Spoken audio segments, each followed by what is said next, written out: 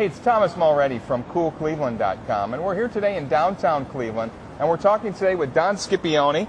Don, thanks for meeting with us today. My pleasure, Thomas. You are a candidate for Cuyahoga County Executive. That's right. And this is a new position, and you were part of Issue 6 last fall that really changed the entire structure of county government.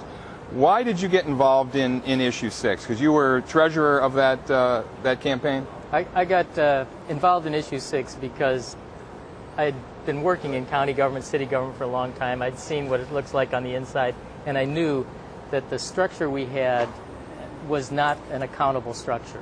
There was no one you could point to and say, he's the go-to guy, and he's the guy we want to get rid of in case there's a problem. You had 3 commissioners, you had 8 or 10 other officers that all elected their own hiring hall, their own silos of political influence, and it was just an impossible situation. So you have quite a background. Acme Express is your software company. You were here at the very beginning of not only the internet, but really the beginning of the software revolution. Since the 60s you've been involved in that. You helped start groups like NEOSA, Northeast Ohio Software Association, Midtown Cleveland, Save Our Access. It's trying to keep those bridges open on the inner belt. You're lyric opera Cleveland, so you're an opera lover, an arts lover. And you have a Ph.D. in physics. Right. And you've been assistant professor. Are you overqualified for this position? I mean, why would someone like you want to take this on? This is an elected political position. Well, you know, there is a very complicated government that has to be dealt with. And there's a lot of work to be done to sort of bring it under control. And, you know, this is an example where it does take a rocket scientist to get something done. And that's one of the reasons I'm doing it.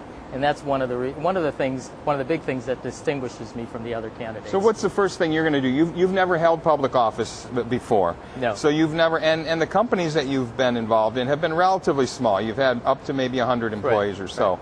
How are people going to feel comfortable that you're the right guy to sort of lead the biggest county in the state and the 5th largest state in the United States? Thanks for that question. Although my company is small, its influence is large.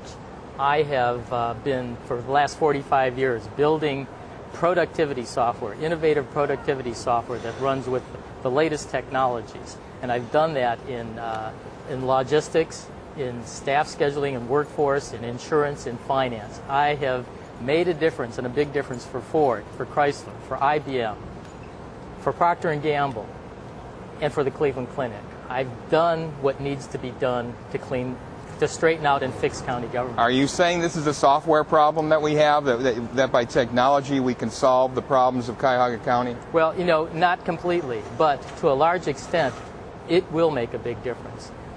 I think we can save $200 million in 4 years by restructuring the county business system. So it's not just software, it's the business systems. It's getting rid of the 40 different silos of purchasing and making one. I think $200 million, and I think that is a good number. That's my number. And to a large degree, it is software related. One community has laid the foundation of broadband that connects all of the county offices and government offices together. That foundation is there, ready to go. You got companies like Highland Software. And guess what they make? They make paperless office systems. Can you imagine? A.J. Highland tells me that he can save 1 out of 5 days, 20% for clerical work.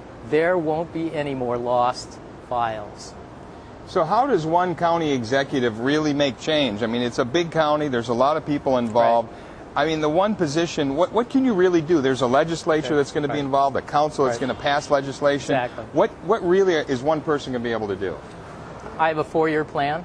I want to do this in 4 years. I have 5 items on this plan. It's an ambitious plan. It's a visionary plan. And what it does, on the one hand, it builds on strong programs that the county is already involved in. It builds on those programs a foundation, and it moves them forward and expands them ever more throughout the county. So it touches the concept of regionalism, number one. Number two, these programs that I've picked as my goals for the 4 years touch on the drivers of the new economy, the drivers of jobs and prosperity, and that is education, health care, and the environment. So that's my plan. And first is Number one is that $200 million, save $200 million. The second is early education, 0 to 8 years old. The third is to move the healthcare system that the county has out and make it available to first the municipalities and then to other non-profits and then to wherever. The fourth is to build on the healthcare technology industry that's coming out of Cleveland Clinic, UH, and finally it's to deal with the vacant properties and the foreclosures. There are 10,000 of them. We've got to get them. Big problem.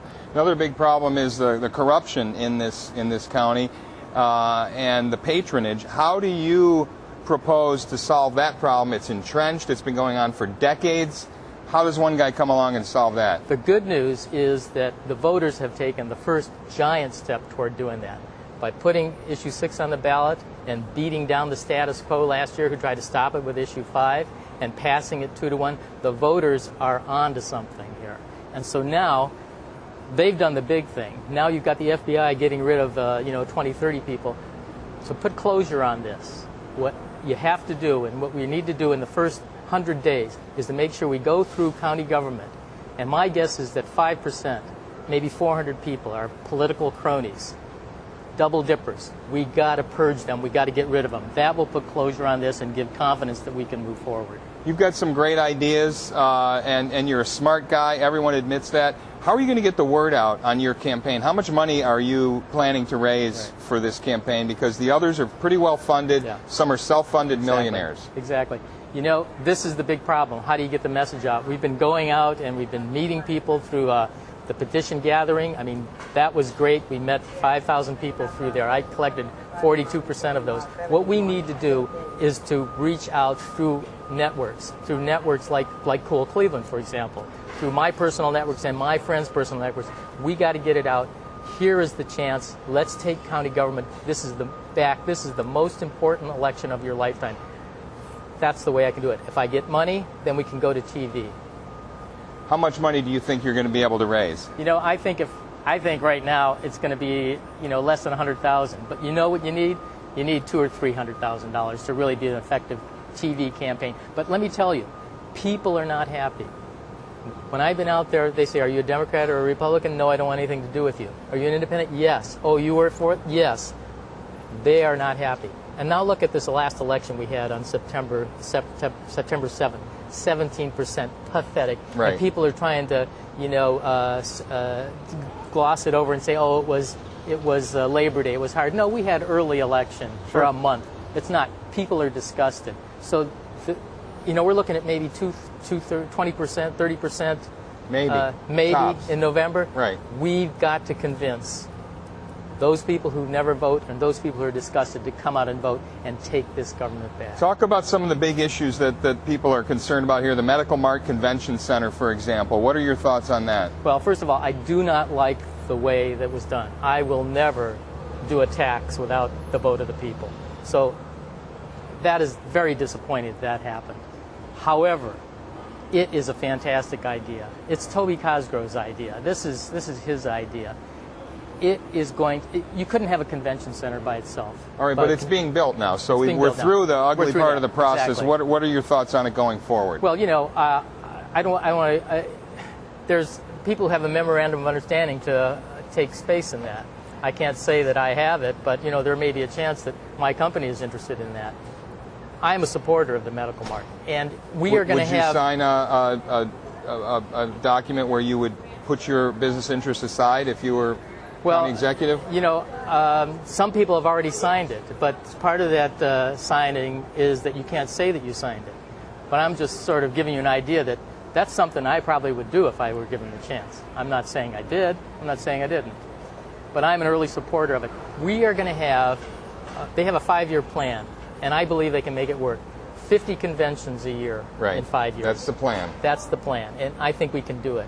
What about the casino project? Again, it's controversial. Yeah. You think it's going to have the impact in downtown with the restaurants and the cultural institutions, or do you think they're going to try to keep all those people in the casinos? First of all, I wasn't in favor of the way that the vote went down. Again, another one where we amended the Constitution to do a casino. Absolutely nuts. But, it's here. And we got to make the best of it. It is going to be a money producer for the city, for the school systems, and for the county. We're going to get probably $12 or $18 million a year out of that, which I have a good plan for already. But the casinos, we've got to make sure that places like are on this street don't get wiped out because they're keeping everyone inside. So we got to make sure that happens, and we got to make sure that the bad stuff that's going to happen because of gambling is taken care of. Right. Is it the role of government to do economic development? I know it's in the charter here for the new county, but a lot of people feel government should just get out of the way. Well, government can't get out of the way. That is an impossibility. Let's give you. I mean, in Midtown Cleveland, we've been working to clean up Midtown area for 25 years, and without the government, you could never do this because no private people will come in and spend $4 and only be able to get $1 back because right. That's what it takes to clear up and clean up and rehab. Great. Don, thanks so much for taking time to talk with us. I know you're busy. You're in the middle of your campaign.